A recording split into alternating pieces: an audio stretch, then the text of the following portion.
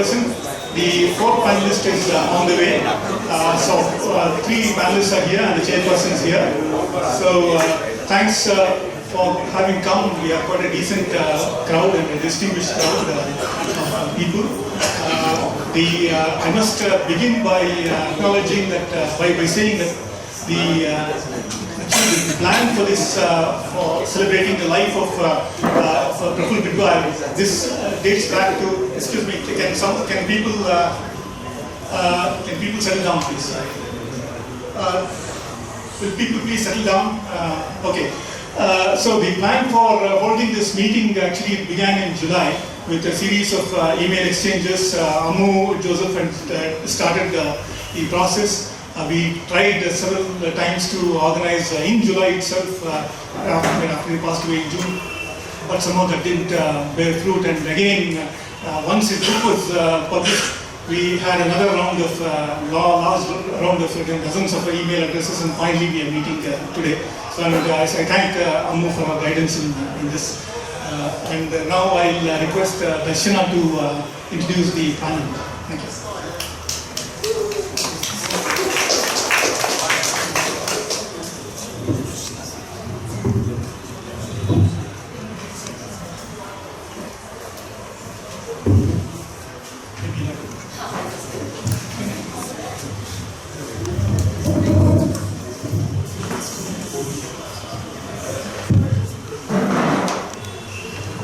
Good evening, everybody. I would like to welcome the panelists onto the stage.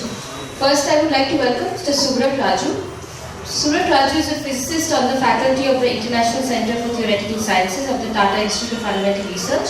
He is also a member of the Coalition for Nuclear Disarmament and Peace, and in that capacity, he has worked and written extensively on issues of nuclear energy and nuclear weapons. Mr. Suvrat Raju, we would like to welcome you to the stage. I would also like to welcome Saumya. Saumya works as Assistant Professor and Assistant Director, Center for the Study of Social Exclusion and Inclusive Policy at the National Law School of India University. Her 21 years of work since 1994 largely consists of research, writing, speaking, capacity building, critiquing and advocating for law and policy reform through the lens of gender and human rights.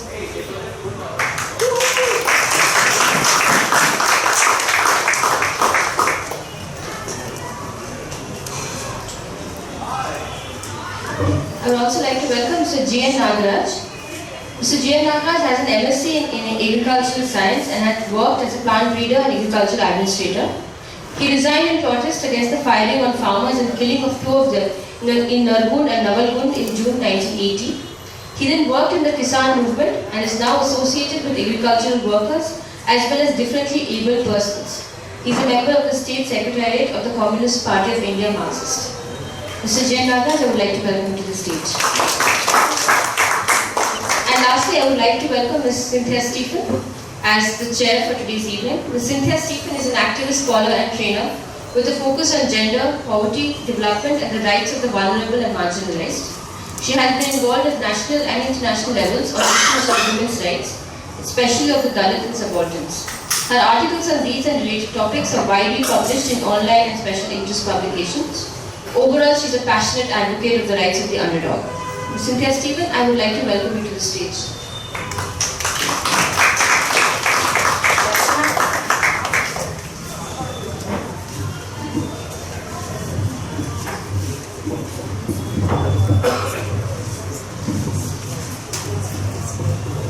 So over to Cynthia Stephen. Lastly, I would like to welcome Mr. Surendra, who has just joined us. Mr. Surendra graduated as a chemical engineer from Madras University, studied economic history at the University of London, worked in the area of science and technology policy at the Research Policy Institute, University of London, Sweden, and specialized in environmental and development economics at the Sorbonne University in Paris. He has worked with UNESCAP, the United Nations University, and UNESCO Bangkok. I would like to welcome Dr. Surendra to the stage.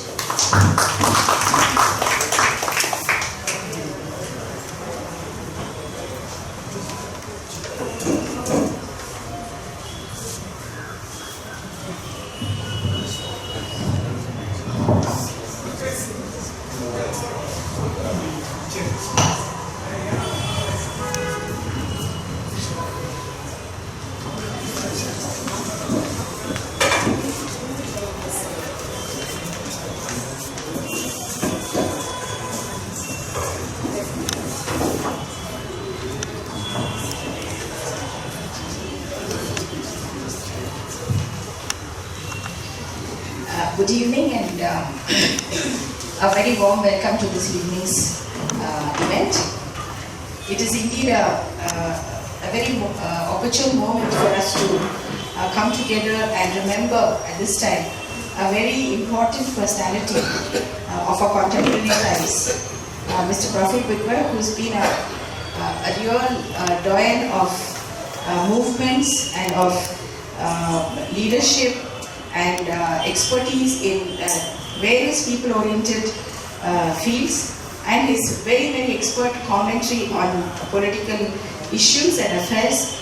I have with me really one of his last articles which Amu had circulated the other day, and I thought it would be a good way to explain, to sum up in a sense, what his life really meant for us in India. He had a vision for India. And he had a vision that was inclusive, secular, democratic, and in its own way very politically meaningful. And so in this last article, which basically predicts very correctly the victory of the Lalu and Nitish Kumar combined in Bihar, there are two important paragraphs I would like to read, just to remind us what his thoughts were really like towards the end, and it's something that really need to guide us into the future. He says, the secular bloc parties must start negotiating such an arrangement too. He talks about a new paradigm is necessary based on criteria such as balanced constituency-wise representation for social growth and high candidate credibility. The secular bloc parties must start negotiating such an arrangement soon. They would be wrong to exclude the left from their front.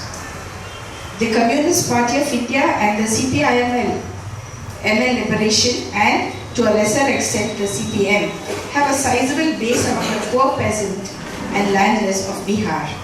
They have demonstrated a capacity to bring them out to vote. They can also provide sensible policy and programmatic guidance to the secular bloc.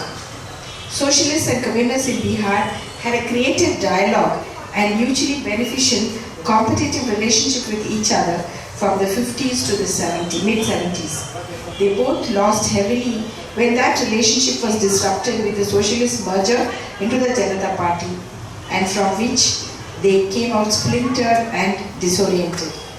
That long interrupted dialogue must be resumed through formal inclusion of the left into the secular bloc. I just want to remind ourselves of these values, of the secular values, of the need to be inclusive, and also of the fact that we need to work together, all of us, especially those who believe in democracy and secularism. So on that note, I would like to also thank all the panelists for being here. I must say that we have a really distinguished lineup, and I would, since this is an occasion on which it has been organized on the Human Rights Day, I will invite Saumya Umar to speak on the issue of human rights and the challenges for India today.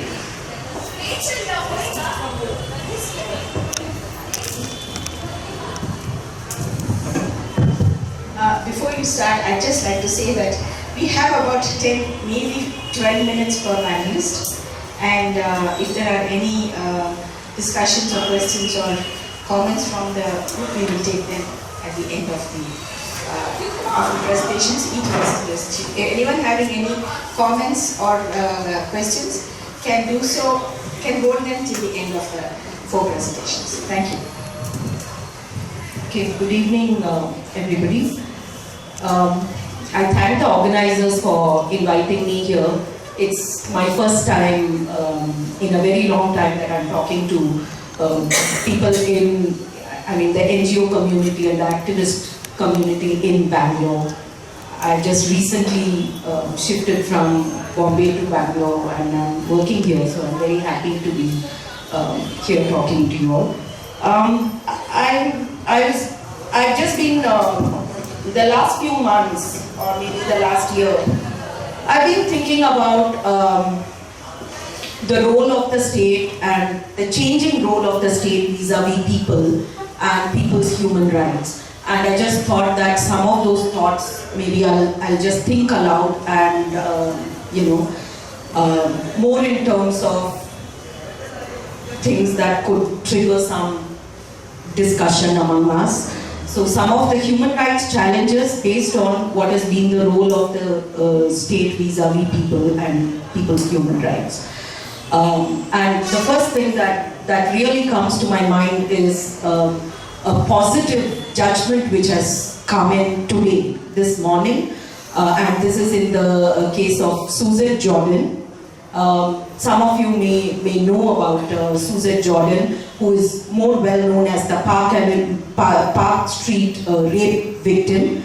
She was gang raped in Park Street in Kolkata, and subsequently she was harassed. She was, by the goons, by also the political administration in West Bengal, which said that it was a deal that went wrong. They called her a sex worker and all sorts of things. And then the trial took place, and she was humiliated during the trial. And she's a very dear friend of mine, and I used to talk to her, and I remember the last day of her cross-examination, she was very, very depressed because of the way in which things had happened, and she said, I thought that criminal law amendments had come in and things would be better, so why aren't things better? Why am I still being humiliated in court? And she passed away some months back, so she isn't here today to know that her rapists have been convicted, but they were convicted this morning by the Sessions Court, and I think it's a vindication, not only for her, but for many other people, because she said that, don't call me a Park Street victim, my name is Suzette Jordan. And I think that speaks a lot about the person she was and how she inspired others on the issue of sexual violence and pursuing justice for sexual violence. So I think it's a positive note that I want to really start with. But at the same time, we know about violence against women increasing. I mean, if we think that December 16th incident is one of, we know that there have been similar incidents. But at the same time, there have also been some very, very inspiring people, including Suzette Jordan. So there have been other people as well, like Lakshmi, who has been working on the acid attacks and having a campaign around that, rallying, and then Sampat Pal, who has started this whole movement in UP. So there have been Bhavri Devi, Bilkis Banu, so many of them. But what troubles me even on the issue of violence against women is what happens when the violence is inflicted by state forces. So we have Kunan Pushpara, for which there has been no justice.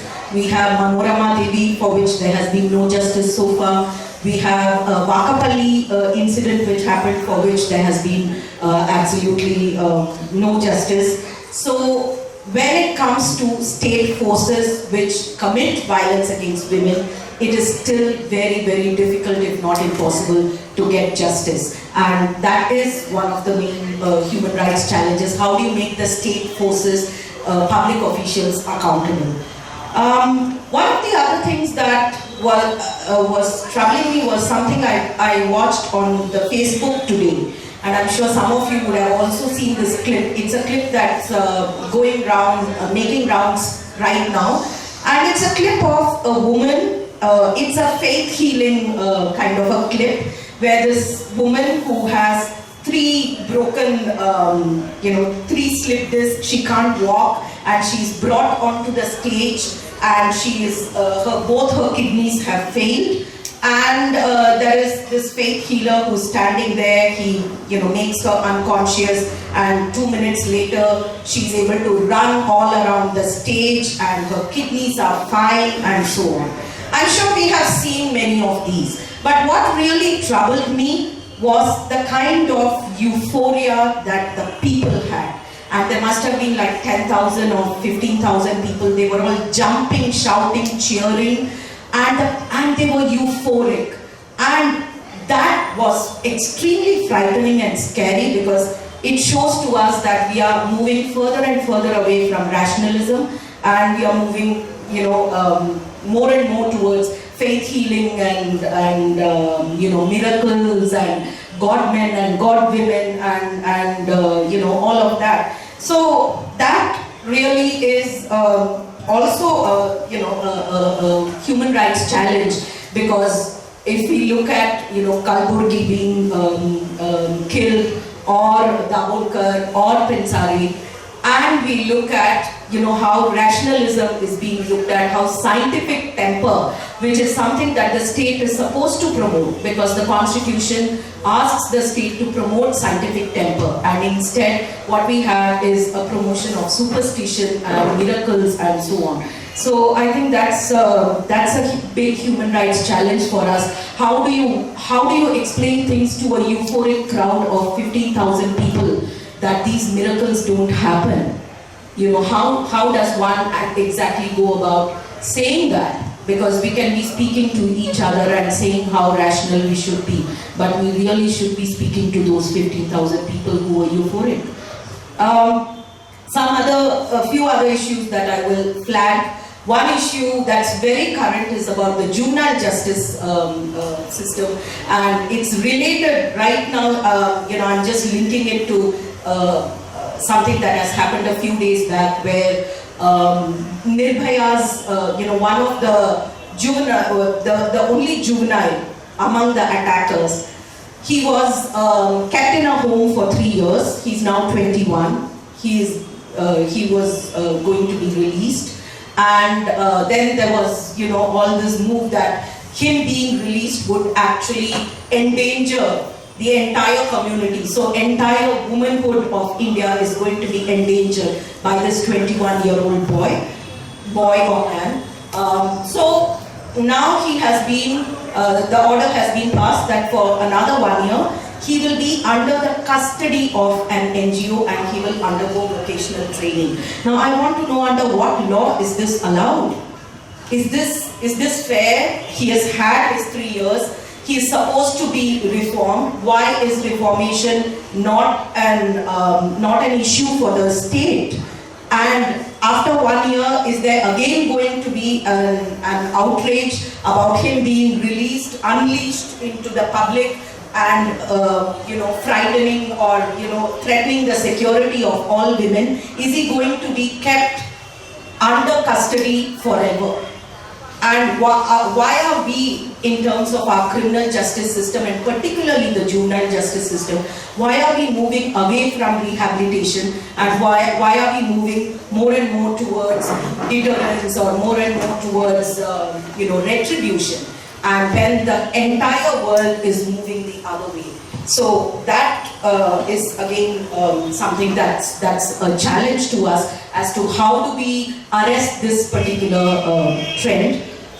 And on one hand, one 21-year-old can cause a lot of harm to the entire womanhood of India. But on the other hand, if we look at the nuclear policy that's going on in India, the way that it's happening, the so-called nuclear, civilian nuclear use, and the kind of danger that it carries with it, it can affect not just the women, but of course the entire population, thousands, lakhs of people, environment, livelihood, safety-related issues, and so on. But in that, what we really find is the government, sharing cooperation with the UK government, with Japanese government, and all of that. And of course, Praful has written a lot on this issue, on the issue of nuclearization and the civilian use of nuclear energy. And the other issue which I see as a huge human rights challenge today is the Adivasi struggle and the manner in which the state is going around acquiring lands, forests, large-scale displacements happening all over the place, and the number of MOUs which are getting signed between, for example, Orissa government, Jharkhand government, Chhattisgarh government with the MNCs, with the corporates. And a lot of this is not even transparent, it's not even in the public domain. We don't know what these MOUs are all about, what kind of clauses they have, and we have laws in place to actually safeguard the Adivasis and their forest rights. So we have the Forest Rights Act, we have Land Acquisition Act 2013 which has come in, we have PESA, and yet this government has been working the ordinance route to actually dilute all of that and to acquire lands of Adivasis, forests of Adivasis, and displace thousands and thousands of them. And so that is again a very huge challenge. And of course, one of the other challenges is what has been happening with Teesta and Javed, and then with Greenpeace, and now recently also with Indra Jaising and Anand Grover, the manner in which through the FCRA and the Home Ministry there is an attempt to silence the human rights defenders, and by getting at those who have been helping the victims and helping the survivors, and by doing that the attempt is of course to silence all of us. So these are some of the human rights challenges that I see today. I have a lot more, but I don't think there is any time. So I will just end with something that I heard recently. So firstly, we are moving away from a welfare state to a state which is looking at partnerships with the corporations, and so it's going totally violative of the directive principles of state policy, which talk about preventing concentration of wealth, talking about equitable distribution of wealth, economic justice, social justice. All of that are being violated by the state. But even in this kind of a situation when there are so many human rights challenges that are faced, there is something that I want to quote, and I want to quote Advocate Parvez Imroz, who works in Kashmir under very, very difficult circumstances, where he's looking at extrajudicial killings and enforced disappearances and trying to hold the state accountable. And in those trying circumstances, he says that, I'm not a religious person, I don't really believe in sins, but if there is a sin, then that is the sin of cynicism. So I would end with saying that let us not commit the sin of cynicism. All is not lost, and I hope that we can look forward optimistically to a better tomorrow. Thank you.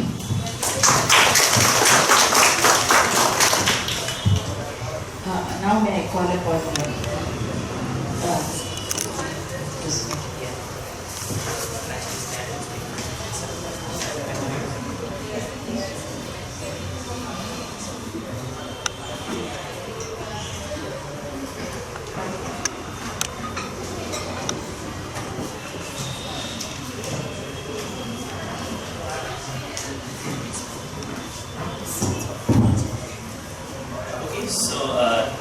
It's really nice to see so many of you here for this event. Praful was a dear friend, and it was of course extremely shocking to all of us who knew him when he passed away suddenly. But one of the things that all of us noted was that immediately after that, in many different cities there were these spontaneously organized and not in any centralized way memorial meetings, and many people came to that. Which really showed the extent to which he was able to, touch the lives of various people and influence things by means of his writings. And I think the fact that there are so many people here today is testimony to that. So I just thought I would raise a few things. I know this is a book release, but I'm not an expert in the Indian left, and other people will speak about that. I think that Praful's book is an extremely important contribution, and one of the reasons I think it's an important contribution, and I'm sure it will be brought out later again, is that there is often a tendency in the non-parliamentary left to criticize the parliamentary left, often very legitimately. But I think what is unique about Praful's book, and the reason it's a very important contribution, is that he has actually studied in great detail, the history and the details of the parliamentary left, and that has allowed him, I think, in the book to make many very important and constructive suggestions, and therefore I think that this is a book that will be important for a long time, and I'm very glad that we will discuss it later today. But I thought that in what I'll say, I would bring out another aspect of Praful's work, which is something that was very close to his heart, and also the topic with which I interacted the most with him, and that was his work on science and society and science policy. And I think that this is in fact one of the realms in which Praful was rather unique.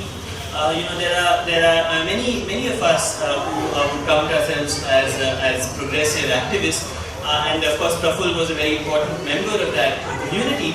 But I think that one thing in which in India there is really a deep void is in the issue of public intellectuals who are able to engage with technical issues from a political perspective.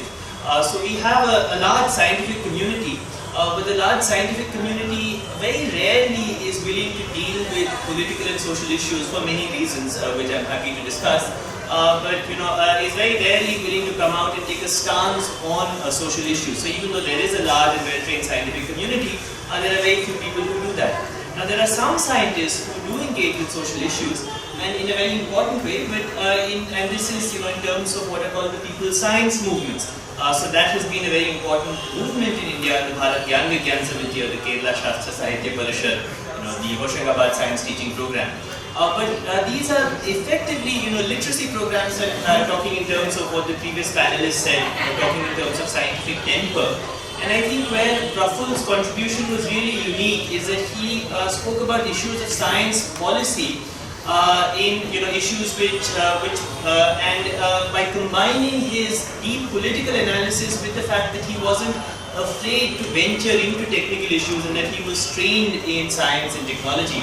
And I think that is something that is really unique, when I think back to his work, that is really unique about what he did. So I just thought I would bring out a few of these issues, and I think it's very remarkable, as I'll say a little later, that the things he worked on, the issues of nuclear energy, the issues of nuclear weapons, and the issue of climate change, all happen to be extremely topical. In fact, they're so topical that they are issues that we should be thinking about today and tomorrow and in this week.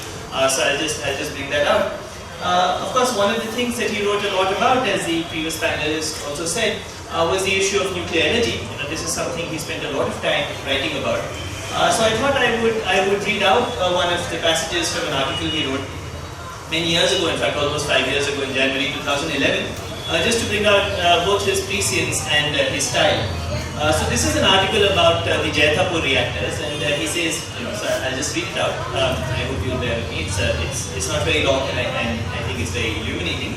So he says, imagine a stunningly beautiful ecosystem with virgin rainforests, a great mountain range, and an immense diversity of plant and animal life where two great rivers originate. Add to this a flourishing farming horticultural system and a fisher person economy, and you have the Jaitapur Madhban region in Maharashtra's Ratnagiri district. Now imagine if some monstrous force wanted to destroy this magnificent ecosystem. What better way than to nuke Jaitapur? And that is precisely what the Nuclear Power Corporation of India and the government are about to do by erecting 6 giant reactors designed by the French firm Areva. Then he goes on to say how Jaitapur will become the world's largest nuclear power station, generating 9,900 megawatts, or more than double India's nuclear capacity. But he also says that it will replicate on a much larger scale the economic disaster called the Enron Power Project by generating electricity that's 3 to 5 times costlier than power from other sources. And it's no small irony, if a cruel one, that the Enron plant is also located in Ratnagiri district. However, Jaitapur will be a nuclear Enron capable, like all commercial atomic reactors anywhere, of undergoing a catastrophic accident similar to Chernobyl in Ukraine in 1986. And the consequences of a reactor core meltdown are so enormous as to be wholly unacceptable. And such fears are not alarmist. Scientists and engineers who have designed, operated or licensed nuclear reactors have written tomes warning us that all of them are susceptible to terrible accidents. The risk would be far higher in Jaitapur because the project is in a seismically active zone and based on a reactor design that's untested and unapproved. Areva's European pressurized reactor bristles with problems and hasn't been cleared by any nuclear regulatory authority in any country yet.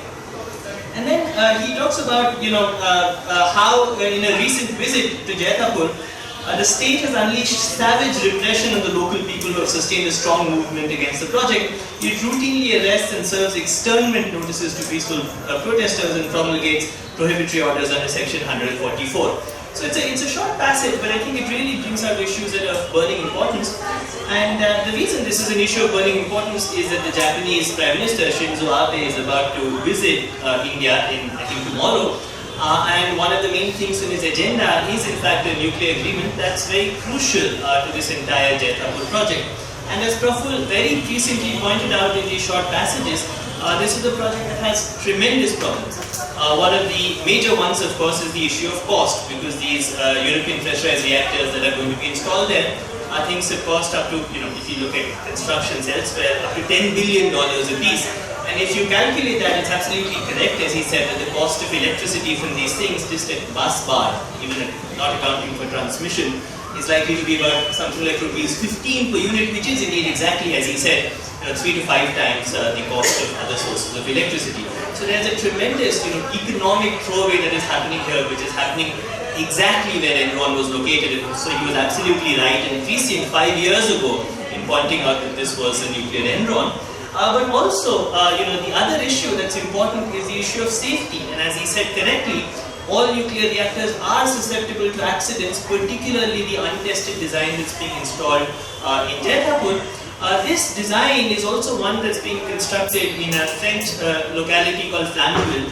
And just a few months ago, the same company, Areva, that's building the Jaitapur reactor, announced that they had found serious problems with the reactor pressure vessel in Flamanville. And therefore, that construction, which was already behind schedule and over cost, would have to be redone again. But it does generate serious issues of safety, and that this is the reason, in fact, why Abe's visit tomorrow is important, because the reason, this Japan-India nuclear deal is required for the Jaitapur reactors is that one of the only companies in the world that can manufacture this reactor pressure vessel is what is called Japan Steel Works, which has the capacity to manufacture these huge vessels. And this is the reason, Abe's visit is crucial. And this, this reactor that they manufactured, this pressure vessel they manufactured, or part of manufacturing, has already seen a problem in Flamanville. And therefore, we should be extremely wary of what, the kind of agreements that Modi and Abe are going to sign. Of course, the media will not discuss these issues, about how these reactor pressure vessels have seen a problem, but Praful was right in talking about them. And of course, the other reason why all of these issues are very important is because I think they really bring out, in some sense, the hollowness of democracy.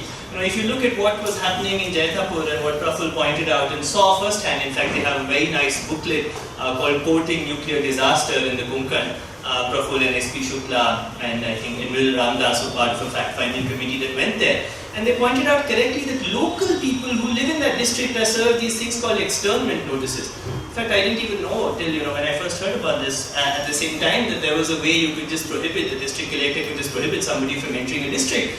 And and then they would say that these people are outsiders. Of course, when Sarkozy wanted to go and visit there, and these people from Areva and France wanted to go and visit there, they weren't outsiders at all, and they were welcomed with a red carpet. But people in that district who had legitimate fears, as we can see, about the cost and the liability and the concerns about safety, were just completely shut down and continue to be shut down. And so I think that this issue is very important in bringing out issues of economics, issues of technical safety, issues of democracy, and we should talk about it more. But I think these are very important and also topical issues. The other thing that has been happening recently that we heard about today was the issue of the resumption of talks with Pakistan. Of course, this is something that Praful wrote about a lot. Because I think this is something that he was involved with also, this whole issue of people-to-people contacts between India and Pakistan. And one of the things he pointed out repeatedly was that one of the key issues in India-Pakistan talks which as far as I could see is not on the agenda, in these recent resumptions, is the issue of nuclear weapons. And this is something he also wrote very powerfully about. I have an article from 2002, which is a long time ago, but he says, South Asia's 1.3 billion plus people are now paying for the historic stupidity of Vajpayee, Sharif and co. And we could all be incinerated into particles of radioactive dust. And the danger is not imaginary. And then he says, testifying before the Senate Intelligence Committee, the CIA Director George Tenet said the chances of war between India and Pakistan are the highest since 1971. And he said that if India were to conduct large-scale offensive operations into Pakistani Kashmir, Pakistan might retaliate with strikes of its own in the belief that its nuclear deterrent would limit the scope of an Indian nuclear counterattack. And one of India's few genuine, thoughtful, strategic experts, I'm quoting, General V.R. Raghavan concurs with this assessment. He says a limited conflict with Pakistan is likely to escalate to the nuclear level. And in fact, this is very correct and something that has not been brought out in this recent discussion. And that's because one of the important developments that happened just a few months ago, when there was a discussion of the Pakistan-US nuclear deal, was that Pakistan announced that it had deployed what are called tactical nuclear weapons. So tactical nuclear weapons are these things called battlefield nuclear weapons. They're not meant to destroy cities, but they're meant to destroy armies. So these are things that are maybe 100 times weaker than the bomb that was dropped in Hiroshima. They have a yield of maybe about 100 tons or so of TNT. These weapons have the danger that India has for a long time propagated what it calls its Cold Star doctrine, that if there was to be another terrorist attack, it would have a limited offensive into Pakistan, but it would limit its offensive in such a way so as it would cut it short, just short of provoking a full-scale Pakistani nuclear attack. And the Pakistani response to that is that, okay, so there won't be a full-scale nuclear attack, but there will be this limited nuclear attack by means of these tactical nuclear weapons. And of course that, as Praful pointed out very correctly, can very rapidly escalate into a full-scale nuclear war. And so these are issues which really need to be discussed, and this whole idea of deterrence and how it can be destabilized by the development of these kinds of smaller nuclear weapons are things that need to be on the table, and these are things that Praful pointed out repeatedly. In the same article he talks about how a single nuclear bomb dropped on Mumbai or Karachi would end up taking the lives of millions of people. And this is something that needs to be discussed most urgently. In fact, I think it's a much more important issue, the issue of nuclear policy and this issue of tactical nuclear weapons, than the issue of terrorism, which is what people are focusing on. But that's something that's not on the table, and I think it's very important to bring it back on the table, as Praful pointed out repeatedly. There's one last thing, I'm running out of time, so I'll stop fast. But of course, one of the other things that all of us have been reading about in the past few weeks is this Conference of Parties 21 meeting in Paris on the climate change agreement. And this is one more thing that Praful wrote about. He wrote about it very powerfully and very clearly and lucidly. He writes about it in his book as well, where he criticizes the left for not having developed a radical ecological critique of capitalism, which is very important. And of course we should talk more about these positions, and perhaps the next speakers will bring out what is written in the book about these climate issues. But I just wanted to conclude on a personal note. This is something in which I myself am rather confused, and I used to look to Praful's writings often because when he wrote about what happened at Copenhagen, where India did not resist this movement away from the Kyoto Protocol. And then he wrote very powerfully about what happened in Durban, where he talked about India's political failings and inability to push forward a radical program which would get together people from other developing countries and get them together on a common platform. And it is in moments like this when you read when you have events of this kind happening that I really miss the clarity that he could bring to some of these articles by understanding a lot of the issues. And so I really hope that this is a void that some of us in the room will be able to fulfill. And this is really a burning need, this ability to be able to combine technical knowledge with political and social analysis. And I think that would really be a fitting tribute to his life and work if someone were to take on this mantle and were to fulfill this very important role. So I'll stop here and we can discuss.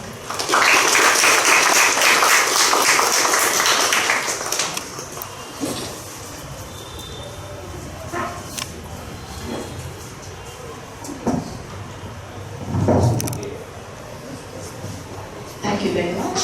I won't take much time, but I'm really grateful to you for your very good and quick summing up of one area of important area or two important areas of Praful's work and life. And now I would like to call on Mr. G.N. Nagaraj. I prefer Arund's to I have already expressed to. I see. So if that is okay, then we'll ask Mr. Nagaraj.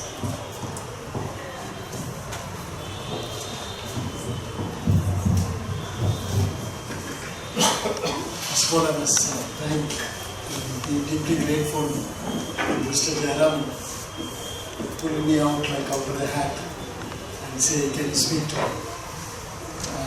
It's to me personally important because I was out of the country and I arrived June 24th and I was very tired and I went to sleep and there were phones was continuously ringing. And when I saw whom the calls were coming from, I had some kind of something that happened to a close friend. And then I discovered Praful had passed away. And I would have loved to have gone to the memorial but couldn't, like many of our friends. I see Amu, Astu, others here. And it's a void that this country cannot fill. It's not a personal void like Suvrat, Raju so perfectly, so correctly said. It's not a void, it's a personal void, it's a knowledge void, it's a political void.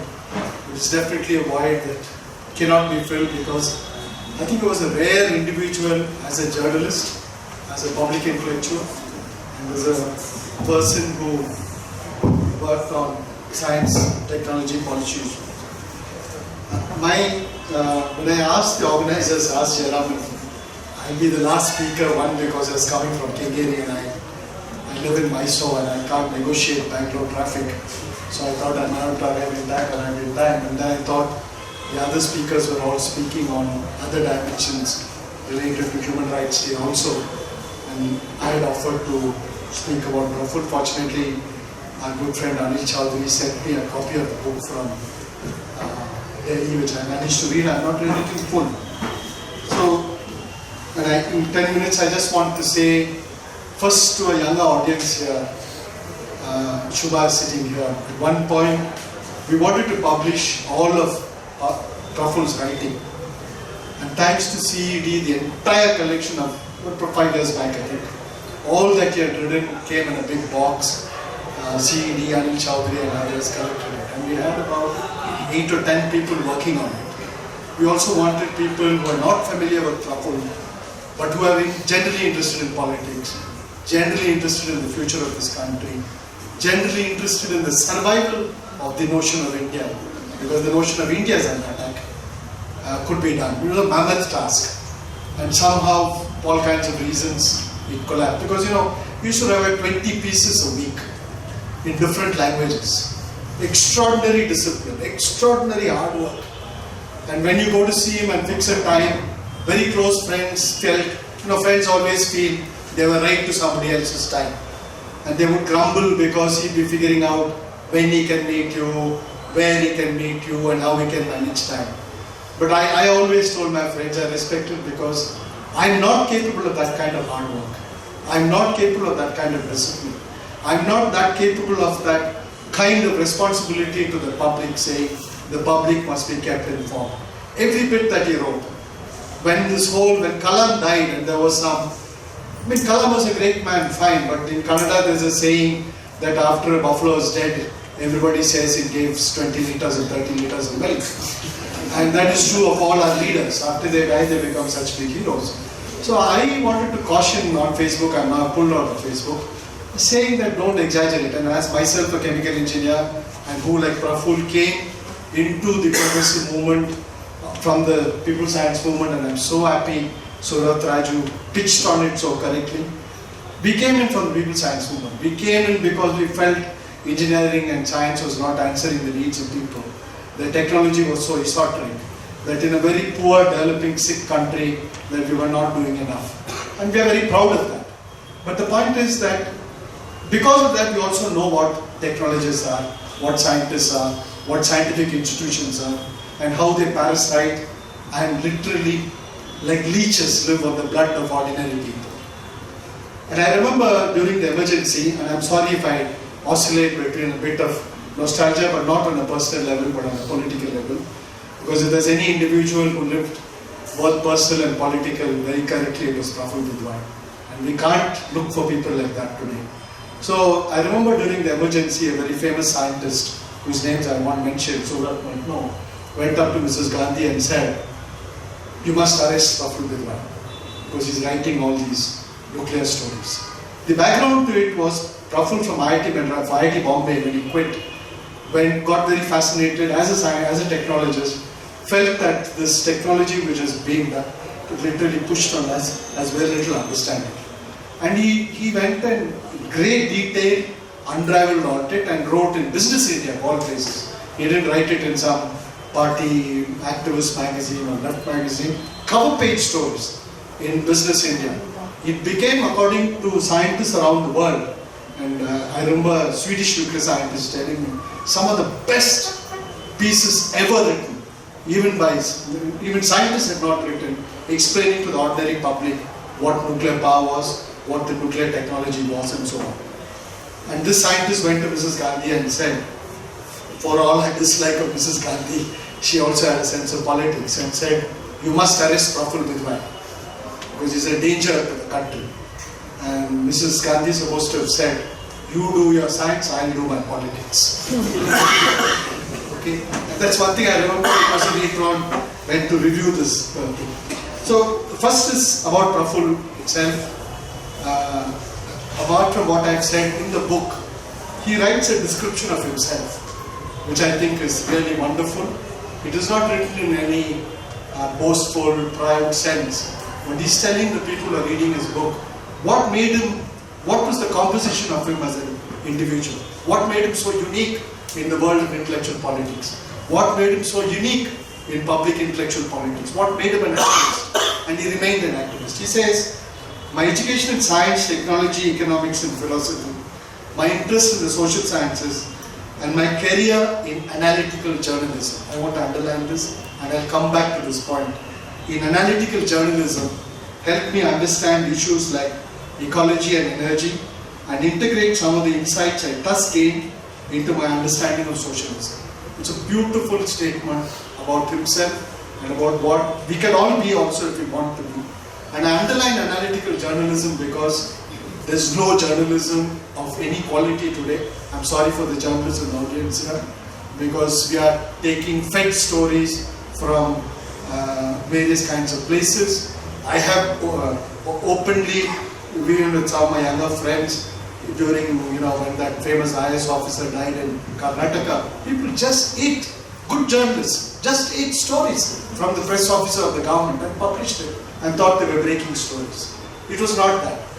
Praful was far removed from that. He looked at it in a very analytical sense, and I think we need to bring those of us interested in the future of this country, in the future of the media, with people like Amu and others sitting here, really see how we can bring back analytical journalism, and if we can use Praful's pieces to train people. I want to look at Praful's life through some kind of landmarks in Indian history, because I also see, particularly after the 70s, a younger audience here. And I have my own interactions with him and our friendship, if you like. We differed on climate change. He was not very happy about my review of his book in Frontline. The Frontline editor said I should review it because I know him so well, and I know it's a double burden because one, it's a friend, but I also have to be fair to the audience and so on. I won't go into what the differences were, but we had it, but we continued to debate it, we continued to discuss it. My first memory of Praful is the emergency period. To you today, the emergency looks like some distant dream. And the most vulgar travesty of truth is the BJP using emergency to attack the Congress and not talk about the nonsensical authoritarianism and the period of emergency we are now living in this country. Let's not forget, this is no different from the emergency period, okay? In terms of the way, the kind of stifling of different institutions and so on. We won't do it. But I think we were engaged about the emergency from 2 points of view. It was not only from the point of view of authoritarianism and so on. Yes, at least 3 points of view. One is Of course, the worry of authoritarianism because it's elsewhere in the region. Second was the political economy of emergency. The emergency was also a breaking point in the way the industrial capitalist class of this country broke away from the feudal agricultural part of political governance and then tried to regroup itself. And that regrouping is going on. And that political economy is extremely important. And we've also forgotten that political economy. Post-emergency, of course, and the third part of the emergency was the response of the left. And I was living in Bangalore. We've had very good discussions with our comrades in the CPM and so on and so forth. Everybody knew some form of emergency was coming, but we were ill prepared for it. And when it happened, we couldn't explain, and of course the elections, other things happened. But then even then, Praful had some very important and very good analytical insights from his tremendous grasp of both Marxist theoretical reading and political economy in analyzing the emergency not from a surface phenomenon, not purely as form, but as content, combined. The other part is Bhopal, where again, the kind of things that he wrote, in a book I then published from Hong Kong called Bhopal / Industrial Genocide, ? We had put together collections of, one of the sections is Praful's writings, because it contained all the writings within 1 month of the accident that was written in the Indian press, selected and put together because people outside didn't know. The next landmark issue, if you look at that span, is the Uruguay round, WTO, agriculture and intellectual property. All forgotten discourses today. We are not even looking at it. But things are going on. The Doha round is going on. All kinds of nonsense is going on in the Doha round. Intellectual property is being undermined thanks to people in ALF like Lawrence Liang and others, and a few others still writing in the front line. Intellectual property issues are on the radar. But intellectual property issues which have very, very, very serious implications for public health, very serious implications for the cost of health, for ordinary individual people. But it's being done in the most subversive manner, and there is very little writing on it, very little engagement on it. It's tremendously critical for the future of the health of this country at a period when health budgets are going on. Science and technology, of course, climate change, Babri Masjid, the destruction of the Babri Masjid, and what happened afterwards, which relates to what some of the points that Saumya made, where a calculated attempt was made to create a very irrational, anti-rational culture, which is still being done. What the television debates, in some other talk yesterday I was saying, two weeks if you close down television, India will have a new lease of life. 2 weeks. I wish all the television stations were in Madras. They're also functioning. But 2 weeks if you close down, there will be a fantastic intellectual lease of life in this country. But anyway, if you don't want blood pressure, don't read it. In this book, let me finish with this book now because that's what we're supposed to speak on. I'm speaking to Praful in a sense. I think you should read the 10th chapter. It's of course, I met him while he was doing the book, and he was very depressed because Modi had come to power, the whole thing looked very bleak.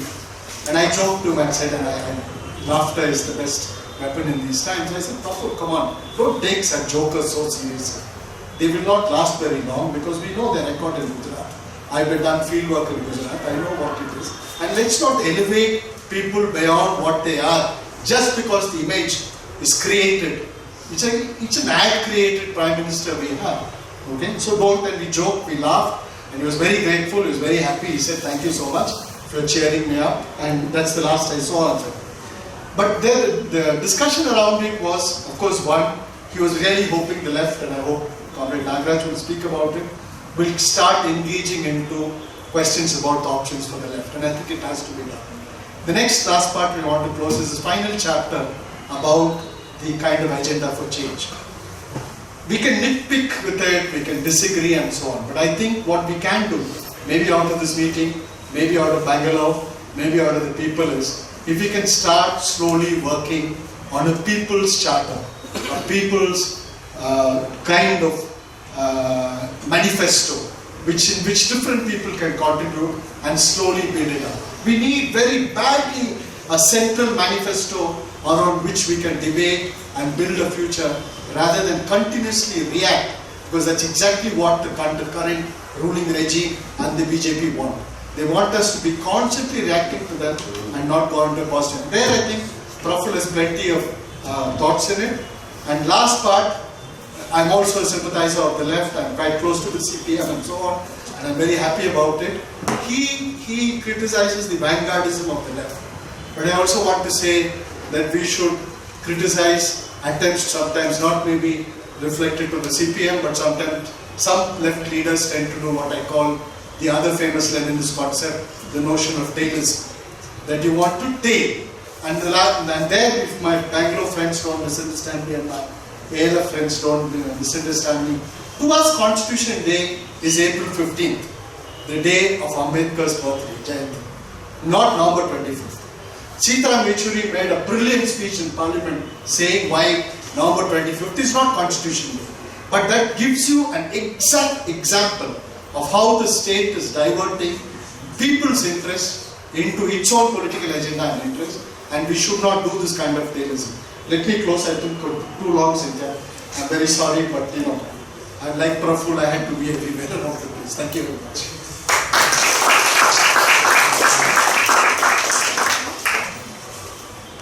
Thank you very much for a very illuminating, if slightly longer than expected talk, but we wish we had more time. I'm very sorry we had to cut you short. Now we really look forward to hearing from you.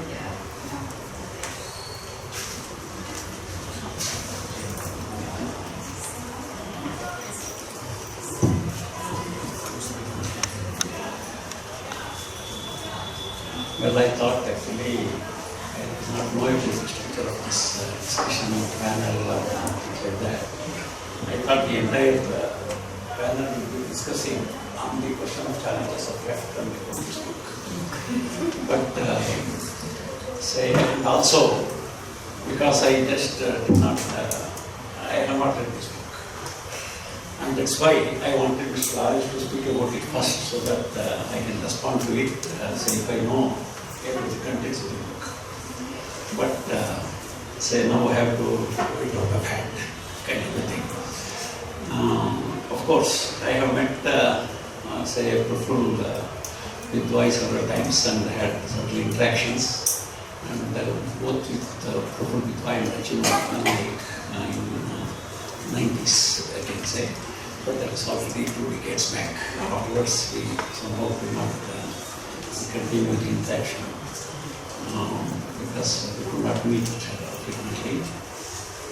And I am very much impressed by his personality, and this continuously I was reading him in the columns that he would write. And therefore, suddenly he was a very friendly critic of left. And even in this book, of course, I have seen some articles, I think, written by him, which might have been, expanded into this, book. And, therefore, any criticism of any kind about left and its activity, or communist movement and its activities, I should welcome. Because, we have to continuously learn, innovate and renovate, and then only we can, address the problems of this country. And, but in this juncture, when the centralization of both economic and political power is happening at a very rapid pace, and then the corporate world is dictating terms to in all kinds of spheres, including the cultural sphere. When that is happening on one side, and as already been indicated by the earlier panelists, that there is construction of democracy, and this construction of democracy or attack on human rights of the people is also happening at a rapid pace.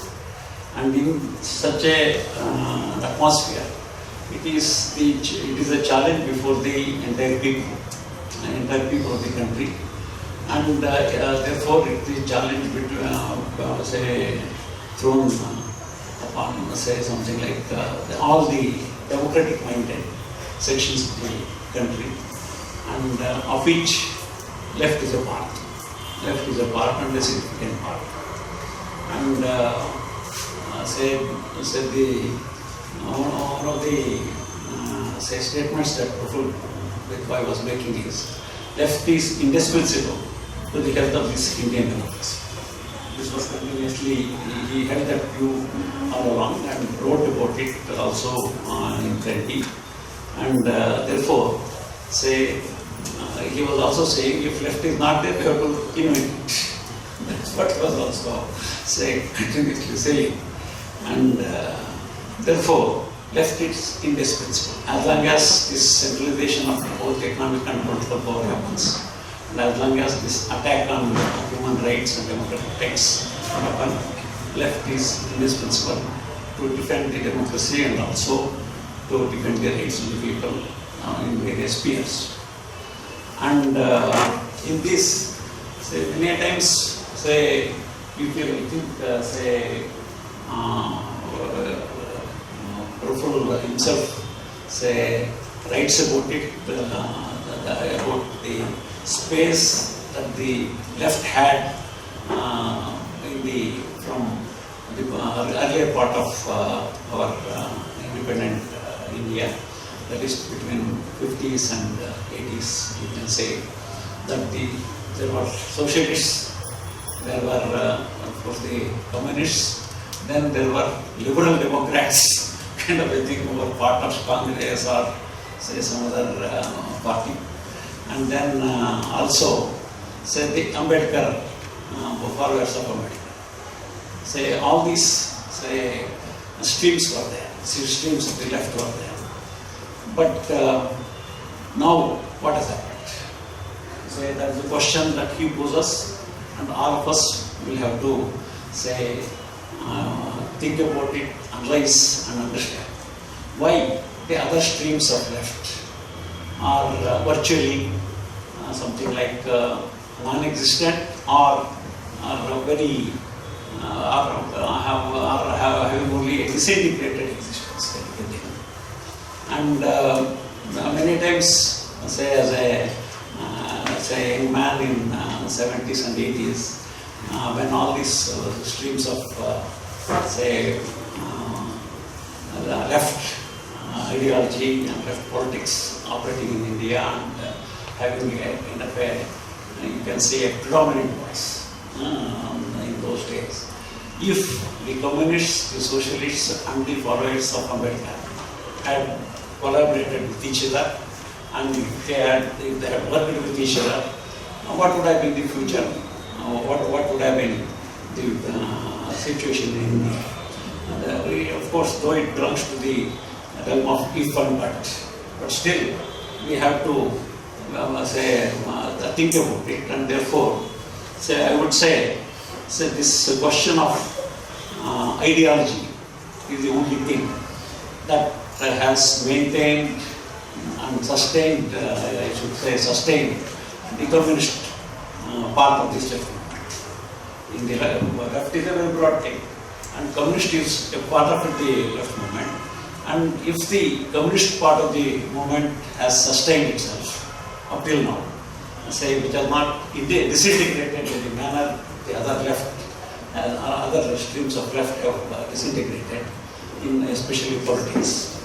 Of course, in the civil society there may be various streams of left, as he was calling non-political left and things like that. There may be various streams, but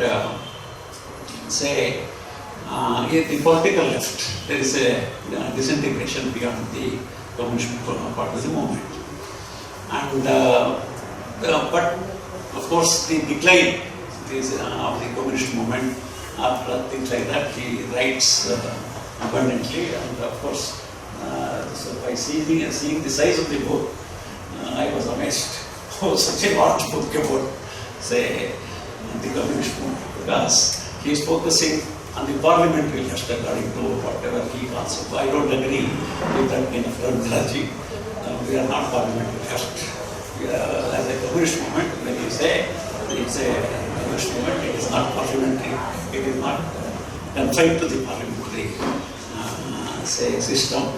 And we would like to participate in the parliament, use the parliament, use all the democratic rights that is available in the present context, but also take the people beyond that, because the parliamentary system as such cannot defend the democracy or human rights of the people. This is what we believe, and therefore, just because we are participating in the parliamentary system in all the elections, and it doesn't mean that we are only parliamentary left. We want to go beyond the parliamentary system, no doubt about it. Otherwise, there will be no defense of the human rights or the democratic rights of the people.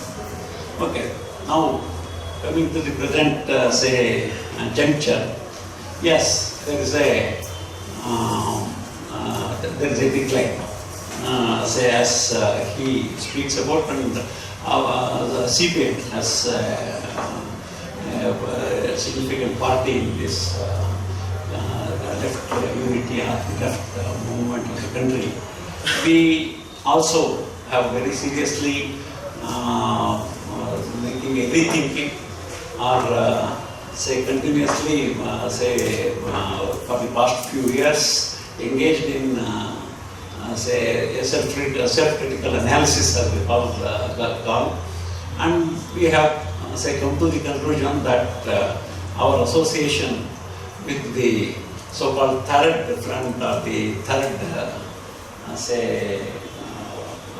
front and things like that, especially our association with the regional parties, led to a decline of our activities among the civil society, that is broadening the movement, attracting more masses to our movement, and popularizing the radical politics amongst the people. All these things were hampered because of our association for the past 2.5 decades with the regional parties. And therefore, seriously, there was a discussion recently, and we have decided to distance ourselves from this kind of a policy that we pursued for the past few decades, and we would like to build people's movement in as mass scale as possible and as quickly as possible, and popularizing the issues of democratic rights, human rights, and various other issues of the people. And especially when the continuous attacks are there on the rights of the people, every day, day in and day out, we would like to expand the people's movement.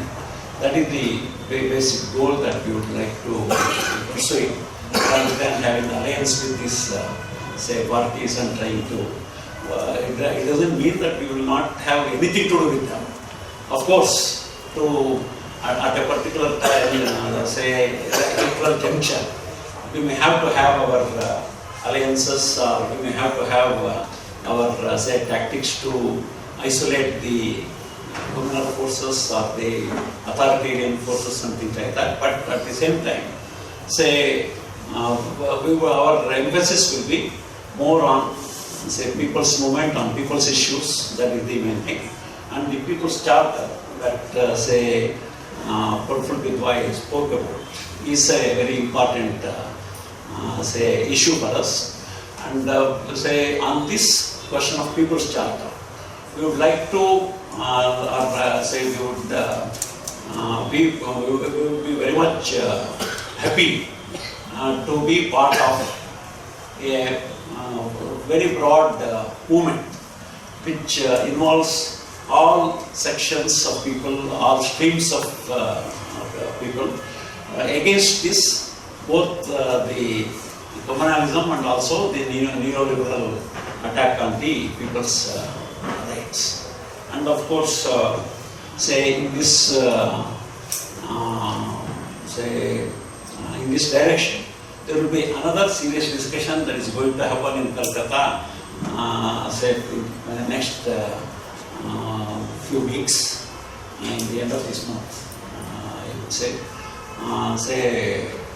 about how to rebuild our movement, how to renovate ourselves, and say that kind of discussion is also on the agenda of our party, and therefore, say in this present juncture, our goal is to bring, say, all together, or work with all the streams of democratic minded people and left, say, streams, and work with all of them together to fight this, say, to bring, say, attacks on the rights of the people. And say there, again, say the criticism that, say, Praful was to make, say, usually he would like, he had some, say, four-part criticism, I can say. One of them is the ideology, and this, the second is theoretical rigidity, you would call it, and then, say, undemocratic organizational practices or vanguardism, as he was mentioning. Well, say on this question, on some of these questions, say the criticism that is made by him or anyone else is relevant, and we have to say understand this criticism and try to correct ourselves, say in say working with say all the streams. But at the same time, say from also I say we would like to appeal, or I would like to appeal to all the streams to understand communists also. Just making criticism, say, is not will not serve the purpose. You also have to try to understand, as we also should try to understand. And of course, the question, especially about the deficiencies of the communist movement in its approach towards caste system, is a very major thing that has hampered our movement. And say we have realized it, and especially in Tamil Nadu and Andhra, there is quite a bit of progress in say more than thousands of villages. This question of say the rights of the Dalits, questions of untouchability have been say taken up, and it has won the support of the various sections of people in those states. In our state, we have made a small beginning. Recently, we had a convention of the Dalits, and we also prepared a charter of the rights of the Dalits. And then we would like to go into action on this say rights of the Dalits. Just on December 5th and 6th, we had this convention here in Bangalore. Therefore, say this question of the caste question, the question of untouchability, the question of Dalits, and the Adivasis. Actually, we also are very seriously working in for the past 5 years among the tribals. Earlier, say, except in Assam and Tripura, in other states we had Assam, Tripura, and West Bengal. We had neglected this area of work, you can say, and finally, say, we the past 4 or 5 years. We are also concentrating on this Adivasi Adhikar, and we have an Adivasi Adhikar Manch also. And therefore, say all those areas which say we neglected and which, from which our movement has hampered, we are trying to correct ourselves and try to work among those sections of the people. And therefore, I only say finally about this vanguardism. I will only say, when you have a highly centralized economic and political power attacking the rights of the people, so you also have to have a very large movement, very large mass movement. And the splinter movements, say, will not help or will not go a long way in say in attacking this centralized power or trying to say bring down that centralized power, and therefore you have to have very large organizations of people, very large organizations of the masses of people. And in such a situation, say this vanguardism which has been one of contention, say is something that will have to be understood in this context. Of course, at the same time, say this vanguardism should not deteriorate itself into lack of democracy, and therefore the question of democratic functioning of democratic initiative of the masses. Democratic initiative of the masses is a very important thing, and without the democratic initiation of the masses in these agitations or struggles, then it will deteriorate into a bureaucratic functioning. And therefore, say vanguardism is something which is necessary, but at the same time you have to guard against it degenerating into bureaucratic apparatus. Thank you.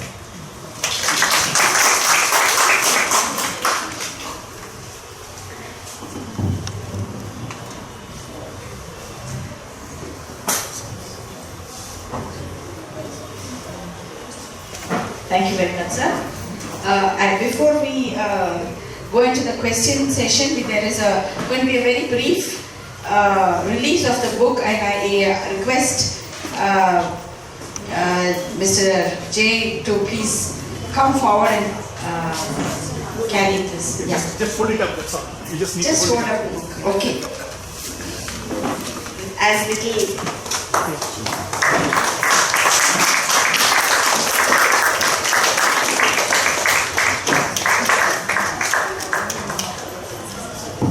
Minor point is that we are not spending, we're not wasting paper and string in the opening things and all that. So that's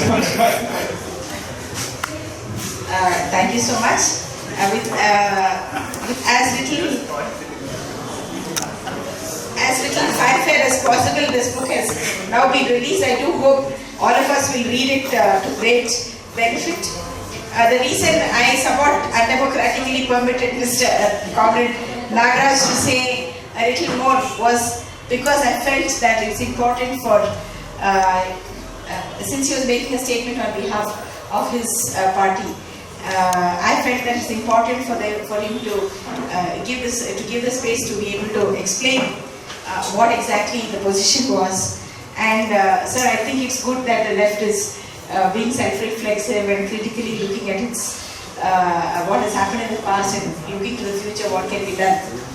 In addition to these, the four-part critique, I would suggest that there is one more area which the left has not taken seriously enough in its ideological practices, and that is the entire question of gender, which is even more glaring and even more of a very harmful situation for them, and perhaps there is a need to really think on those lines as well.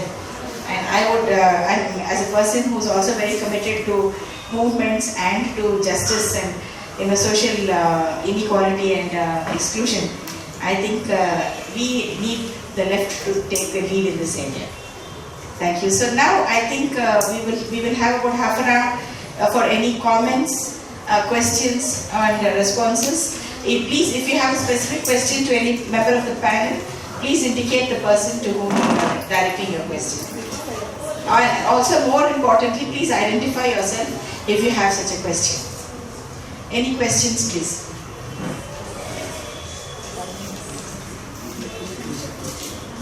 Mike will come to you.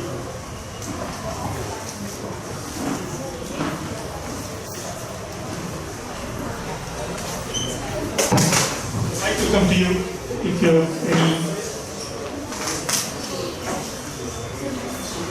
Please don't hesitate. Be rash to be the first. How about you? No, the youngsters.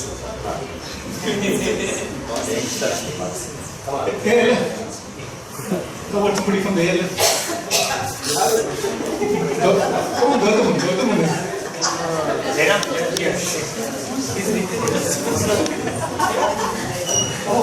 Thank you for a very illuminating panel. Maybe a question to Raju. I mean, that's really, I think you put it really wonderfully when you said that the key contribution of Praful was he combined a technical know-how with a policy and a science analysis. You said you had a couple more points you wanted to address in terms of the role of science and why, for example, scientists don't necessarily do combined thinking politically. If you could address that question, that'll be the question. Sure. I mean, it's an important issue. It takes us slightly, apart from the main topic of discussion here.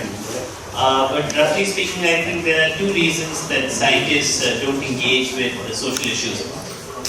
One of them has to do with a very powerful sense within the community of not stepping out of your field of specialization and being very concerned about stepping in or venturing into fields where they don't have the expertise that they do in their narrow fields. And this is something that's strongly encouraged within the community. If you look at somebody like Feynman, Richard Feynman, who is a very well-known theoretical physicist, Nobel Prize winner, I think even within Nobel Prize winners, one of the well-known theoretical physicists of the post-Second World War period. He writes in his memoirs, which maybe some of you have read, Surely a Joke from Mr. Feynman. He writes about how when these people were engaged in the Manhattan Project, he started wondering about all of these issues and what was the consequence of what he was doing. And then he would go out for walks with this other famous mathematician, John von Neumann. And von Neumann told him, that he's not responsible for the world that he is in. And so he shouldn't think about that. And therefore he says, and I quote, I have developed a very powerful sense of social irresponsibility. And I have been a very happy man ever since. And I think that this is, it's emblematic of a tendency in general to try and ignore the social consequences of your actions. And within the scientific community, this is something that's very strongly, pushed for, where people are strongly encouraged not to venture into trying to look at the social consequences. And I can give you many more examples of this. When you look at, I can give you many more quotes of this. That's one thing. So there's a community peer pressure in some sense. The second reason I think scientists don't venture into it into social issues is that for the few scientists who do venture, the punishment, so to say, is severe. So, I can give you many examples, but let me give you one which is in the public domain. There are many of these things which happen privately. Some at the time of the nuclear tests in '98. There was, people from the Institute of Mathematical Sciences in Chennai wrote against the nuclear test.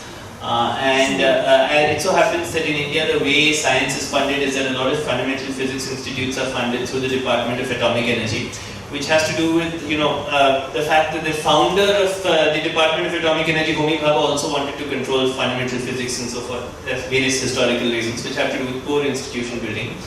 But one of the many mistakes Bhabha made. The fact is that at that time, when they wrote about it, the Department of Atomic Energy tried very hard, and put in writing that there should be a clause in the service contract which prevents people from criticizing the government, of these institutions, because they are all government institutions. And they wanted the administration to take action against the faculty. Now the mistake they made then was they put it in writing, and therefore there was a reaction where people responded and many things happened, and in the end they couldn't do something. But after that, these are pressures that keep happening, and they don't put it in writing. Just to bring it back to Praful, about a year ago or so, there was a petition, actually at the time of these Kudamkulam reactors, talking about corruption in a company, in a Russian supplier that was supplying equipment to Kudamkulam reactors, and this person called A.G. Gopalakrishnan wrote an article, and then we organized a large scientist petition on that, but maybe 60-70 scientists signed it. And very soon after that, the Department of Atomic Energy started calling up directors and telling them, to rename their faculty. And which directors did, they talked. Now, none of this is in writing. So if you try to go and say, how are you being so undemocratic, They said, you're not being undemocratic. But they are, these pressures come in. And these pressures are very closely tied into issues like grant funding. The government is not at all afraid to say, if you don't renew your faculty, next time your budget comes around, we will cut it by 30% or 40% or whatever. And so these pressures are also brought to bear. So I think that there are two factors. One of them has to do with this sense of social irresponsibility which is encouraged, and the second has to do with the fact that for the few people who are able to break out of that peer pressure, there are these more concrete pressures that are put. And so I think these are two factors. There are of course many. No, I just want to say that I agree with Suvrat's characterization, but I think we need to look at it from what has happened post 1990 with globalization and so on. Because in the 80s, some of us wrote about the rise of the new middle class and what has happened and so on. There's a new middle class phenomenon that has happened, which has also affected the professions. The professions are not insulated from what's happening in larger society. There is, even if you take at the level of university salaries after the 7th Pay Commission and so on, they have become the leisure class also. And the leisure class is very unwilling to engage in problems of society. And this has also happened in our scientific institutions. Our scientific institutions have become also part of the new middle class. They are part of the new so-called cultural liberalization and so on. So that is one. The second is that public institution funding has been under tremendous attack. Other than direct issues, if you look at the way education funding goes, the way science goes, it has been under tremendous attack and funding has come down. In Bangalore, 18 colleges closed down the science department. Not one scientist in this so-called IT city even murmured. It's happened 2 years ago. So this is a larger phenomenon of what I call the de-intellectualization of society that's happened through the process of neoliberalization and globalization.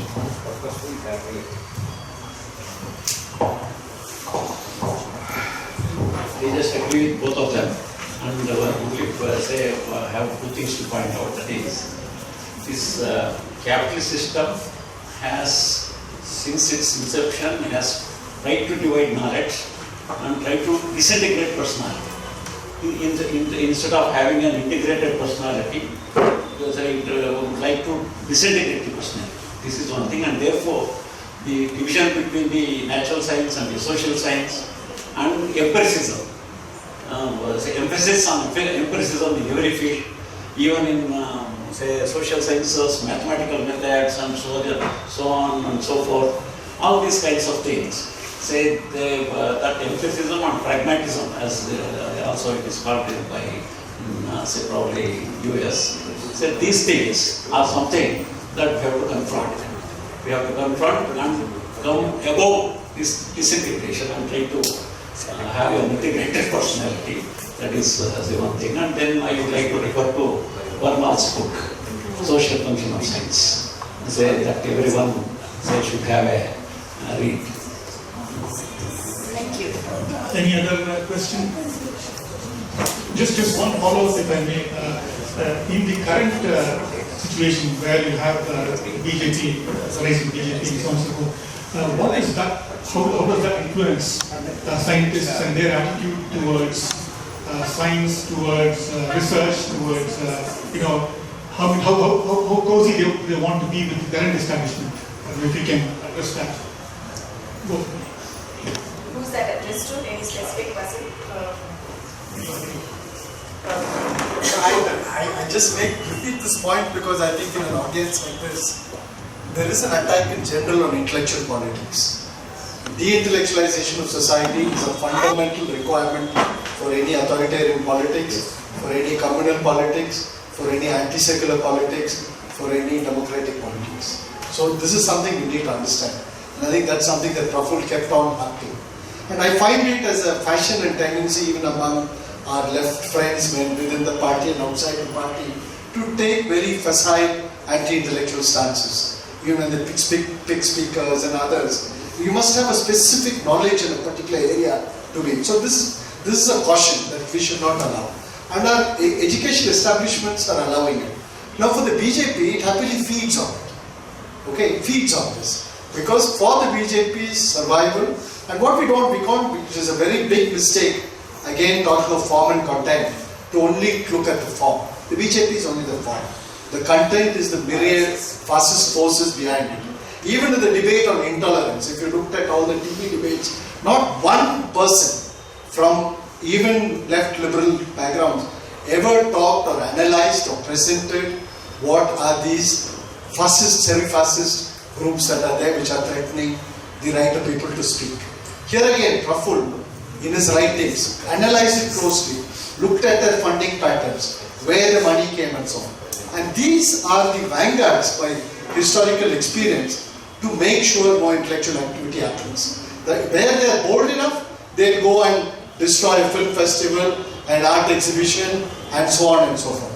But that is the weapon that they have, and that weapon can only be, and then science establishments, of course, look at what happened in IIT Madras. They never expected that there'll be, I know I was very much closely involved with that signature campaign. Between 5 in the evening, 7 when finally the letter was approved and was put up by Anandi on the net, and the next morning 7 o'clock, there were 7,000 signatures. And from all over the world.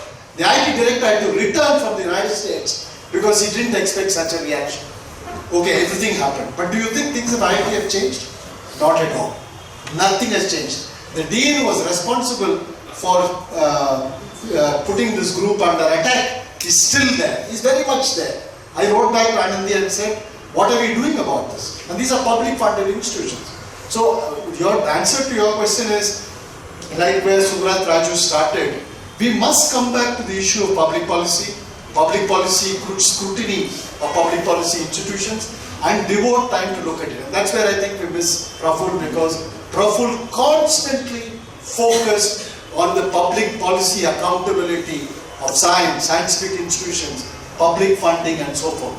And we need, if you want to really pay tribute to him, I think in each of our fields we have to see what we can do to put these institutions under scrutiny. I mean, I don't want to publicly talk about the Indian Institute of Science, but or IIT. So the kind of scandalous money that goes into, paying for so-called innovation and research. Has anybody asked what innovation has come from them? Things like this. So I think it's an atmosphere of anti-intellectualism, an atmosphere of attacking any forms of knowledge. Let me just say one more thing, maybe in response to what you asked. I think it's true that this government is certainly much more vicious in attacking dissent. In fact, when Praful's friend Achin Vinayak came to have a talk about a few months ago at the Indian Institute of Science, we had somebody from the Intelligence Bureau who showed up and very openly, which was rather unprecedented, and introduced herself as a member of the Intelligence Bureau and happily asked for information. And in fact, we even asked her why she introduced herself. She could have pretended to be somebody else, and she said, no, I think this is the best strategy. In my previous job, I pretended to be somebody else, and then someone in my church found out I worked for the government, and my cover got blown. And now I have decided that I will openly announce myself and ask you for information, and so please let me know when these events happen. And I think this is something that's rather unusual, that when someone comes to give a talk on issues and someone from the IIT shows up, but it's happening.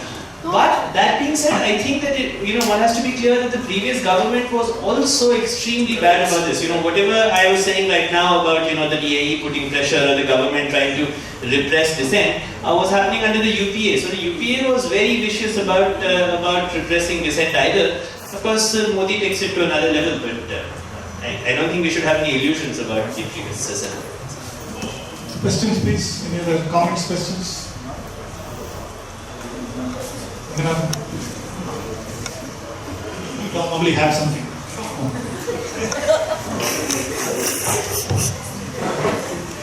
Yeah, thank you for putting the spotlight on me so abruptly. I think I'll just have a comment because I'm actually very glad that this event has happened, and specifically again, most of us are referring back to what Raju has been saying. Personally, for me also, it's been very important to hear about the science movement, because at a very young age, my dad was a part of the Tamil Nadu Science Forum, and I grew up looking at scientific experiments being done at home to show, to remove superstition. But of course, I've come a full circle then, and I'm kind of questioning for myself and otherwise the overt focus on rationality also, but that is for some other day. But I just have a question for Saumya. Sorry. I mean, you laid out the terrain quite almost exhaustively on the challenges that is facing us. But I also understand that are there any other like pressing kind of challenges you would want to just like touch upon, because I don't think you've got enough time, so maybe you can take this time to point those out. Thanks, Gautam. I was being very considerate to the other speakers, so I censored myself. So before Cynthia could tell me time was up, I thought I should finish so that the other speakers get equal amount of time. And of course, then I realized that I could have brought out a few more points. So thanks for this opportunity. But the last point that I was talking about was this whole witch hunting of human rights defenders, which has been happening, and which tries to silence and intimidate all of us. And some of us have institutional backing. Some of us work with organizations and institutions which can still shield us to some extent. But there are many activists working at the grassroots who are really facing the brunt of this entire onslaught. And in that, what we find is our last straw is actually the judiciary. So when we look at Tista Javid's case, again and again, extending the bail, extending it by 2 weeks, and then another week, and then another week, just to, it's a way of stalling the custodial interrogation, but I don't know how long that's going to go on. But really the judiciary is the one that has come in defense of the human rights defenders. And if we look at Greenpeace, again, what the Madras High Court has recently done. And yet, the independence of judiciary itself is at an attack today. So we have the NJC, that attempt where, an attempt for the executive to actually try and have a say on appointment of judges to the higher judiciary. And if that happens, that is our last straw, and we lose that last straw. I'm really not sure even at this point how independent are the judges in the Supreme Court and in the various high courts. But even the semblance of independence that we have today, or even a few judges who may be independent today, we may lose that if something like the NJC Act and the kind of amendment that they were trying to bring in comes through. But fortunately, for the time being, at least the Supreme Court, through its judgment, has actually pushed back that and rejected that amendment and said that, sorry, you cannot tamper with, with the appointment of judges. And the collegium system will continue, but the collegium system has also not really worked satisfactorily, which means, the judiciary is also introspecting how to improve that. So there is hope. At the same time, it hasn't been, it's very, the independence of the judiciary continues to be at a threat. So I think that's another thing. And of course, there are two laws or legal provisions that we have been campaigning in terms of repeal. One is Section 377 and the other is AFSPA. And both of these in their own ways have been very, very draconian, and they have affected people in a large way. And we cannot have these laws or legal provisions in a democracy. They just have no place. And yet, we had, tomorrow we are going to be looking back, at the Suresh Kaushal judgment, at ALF. And we are going to be looking at how there has been a setback, from the Nas judgment to the Suresh Kaushal judgment. How did this happen? And now we again have one ray of hope with people like Jaitley actually say, speaking positively. And will that really take us anywhere is something that's yet to be seen. And with regard to AFSPA, we had Jeevan Reddy Commission, which was established by the government, and that commission said that AFSPA should be repealed. But the moment the Jeevan Reddy Commission said something against what the government's interests were, that recommendation has really not been followed, or even Santosh Hegde Commission subsequently. So there is this, and AFSPA, if we look at it, is one of those, India is probably one of those very few countries which has a law that actually allows the state to use its powers to have violence, torture, brutal, indiscriminate killings of civilians legitimized through a law,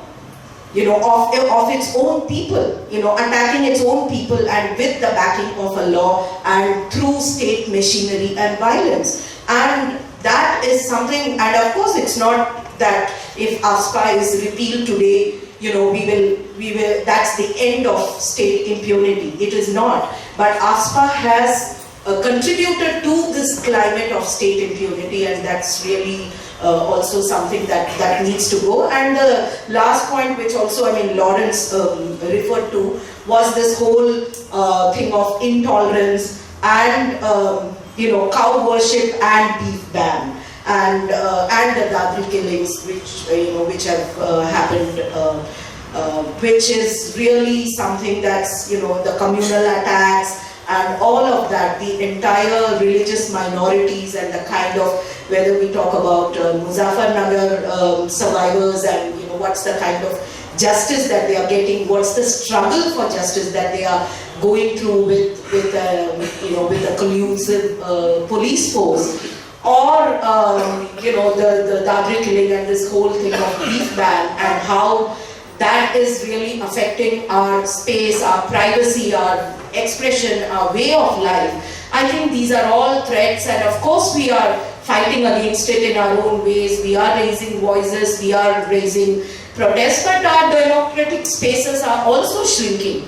I come from Bombay, and in Bombay earlier we used to have protests and dharnas and demonstrations all over the city, and now it is confined only to Azad Maidan, which is with one fence and one corner of that ground, like a playground, and in one corner we just stand there and we protest, and that's really making no sense, because you're not going to engage with the common people by doing that. And this is happening also in Delhi with Jantar Mantar, and Bangalore with the Freedom Park. So it's a very similar thing. So it's really this shrinking democratic space. One ray of hope, of course, has been the Shreya Singhal judgment, with regard to the use of IT Act, and and ensuring that what we write, for example, in Facebook and so on, the manner in which somebody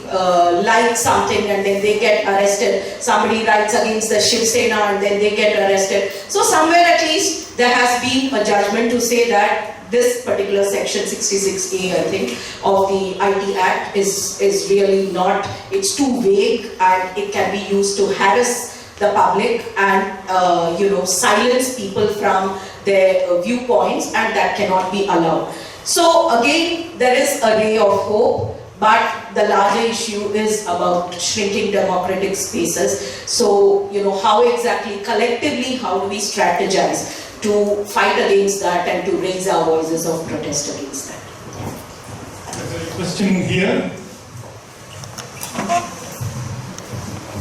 I had a question and a comment. Basically, my name is Shubhankar and I work with People Science Movement, Bharat Gyan Vikas Samiti. So, one part I think in the discussion, particularly in education when it came, I think it discounted one part, is the how RSS is very successful in certain ways, which perhaps the other sections are not in that way, that they have been able to have their own private education systems custom made for different areas. Like if it is tribal, there is certain ways of approach, there is in some other ways, in cities and towns is some other ways, other kind of schools that they are instituting. So my question is that when we are talking about this science, particularly our education system, it is for sure that we are recognizing that this is something that is contributing to inequality and contributing in dissociating people from social questions, as Suvrat was pointing out.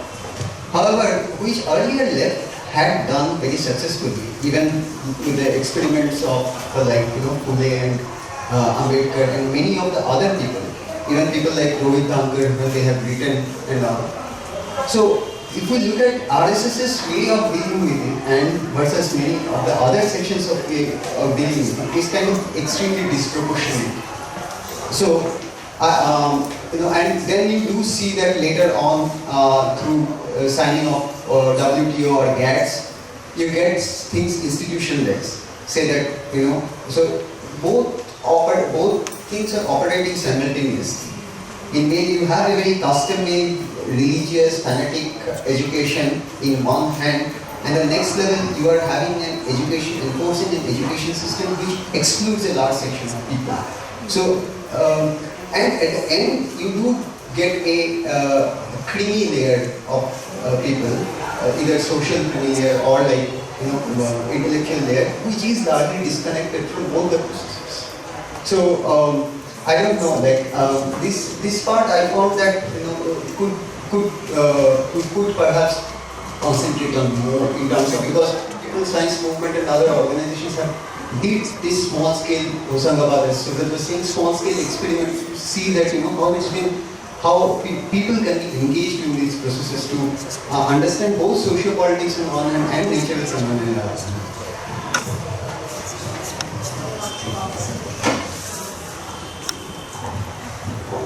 I think I agree with one of the points you made, which was that there is clearly a problem with an education system that's not responding to people's needs, and which the RSS may be able to fill in that vacuum. And you're right that some efforts like the Hoshangabad Science Teaching Program and some others have been made, but not enough. But let me just say one more thing about education, and maybe I can address it to the issue of the left. I think that another vacuum that perhaps the left has allowed to stand has been in general the issue of culture, which is something that the RSS has then filled in its own way. Just to give one specific example, there's been a lot of crazy talk which the RSS has tried to propagate about Vedic mathematics and Ganesh having a head transplant and so on. But which is true, the Prime Minister said, as during the inauguration of a hospital, that उसमें भी plastic surgery तो नहीं होगी, तभी गणेश पे हाथी का sir है. But the thing is that I think it's important to recognize that they are filling in a vacuum which the left has allowed to stand, which is that the left has not challenged the history of science and the history of culture, which indeed does have a colonial racist bias. If you look at the way the history of science, for example, is written, it starts with nonsense about the Greeks and nothing before that and nothing after that. And then, the European Enlightenment, whereas in fact the Greeks were borrowing a lot and which has been documented in great detail from people before that. It's very unclear what their own contributions were, because a lot of work that was done after that was attributed during times of religious fundamentalism in Europe to the Greeks, because one, it was not acceptable to acknowledge the Muslims and Arabs as creators of knowledge. And similarly, a lot of work that was done in India, in Kerala and other places was then taken up. And I think that one of the problems which the left has had is that it has not challenged a lot of these colonial notions, and that has then allowed the RSS to fill in this vacuum with its crazy anti-rational ideas. So I think that while we rightly criticize the right wing for all of this, it's important that there's a vacuum which progressive forces have allowed to stand, which should not have been allowed to stand. I don't know if I made my point clear, but. Thank you, and I think if there are no more questions, I think we should probably conclude this session. But I would just like to take a moment to remind all of us about some of the other areas which haven't been discussed. One of the things that Saumya, I know, has personally been involved in is the Kandhamal issue, the kind of violence that took place in Kandhamal, the displacement. And even now the people who are living there cannot go back to their villages because there's, so if you want to come back to your village, take back your land and your house, you have to become a Hindu. And these are people who've been Christians for 2 and 3 generations. But more than anything else, I think though we are very clear in our understanding, in our respect and honor for the constitutional values, right at the beginning, the very first year of the constitution itself being promulgated, we had the presidential ordinance, the very first one, being brought out in August, in which the rights of people who are not of Dalits or SCs other than Hindus were immediately taken away, all the reservation benefits that were. And that still stands with reference to the Christian and Muslim populations. And this is another thing that has stood for 65 years. And in spite of the best legal minds having been brought to bear, a lot of activism, a lot of proof having been given to committees, there is no political will to correcting these injustices. So therefore we have a long way to go. But all I can say is that we are all here together, and the fact that young people are sitting through these events and having things to say about these matters are really heartening, and just want to remember with gratitude those who have gone before, especially people like Praful Bidwai, who have really done a huge amount of work to promote rational thinking, democratic values, people's knowledge and mobilization. And at this time I would like to also thank each of the panelists for having given their valuable thoughts and being here with us. And over to Jay now. Thank you. Thanks to all the panelists for having come over, and thanks to all of you who have come. And also to IJ Rajendra, who just stepped out for a minute. He teaches here, and he got us this hall. He had got us another hall next door, but that was not up to the mark, so we got this hall. And to Bhavana, who's been helping yes, there is IJ Rajendra, he's just walked in. Thanks to Rajendra for having arranged this hall. And Bhavana has just stepped out. She was helping very greatly in this. So thanks to her. And of course, thanks to all of you for having come. One small thing, the books are there, so please buy them, and they will be kept at Blossoms. So if you can't be carrying the cash today, you can buy it from Blossoms again.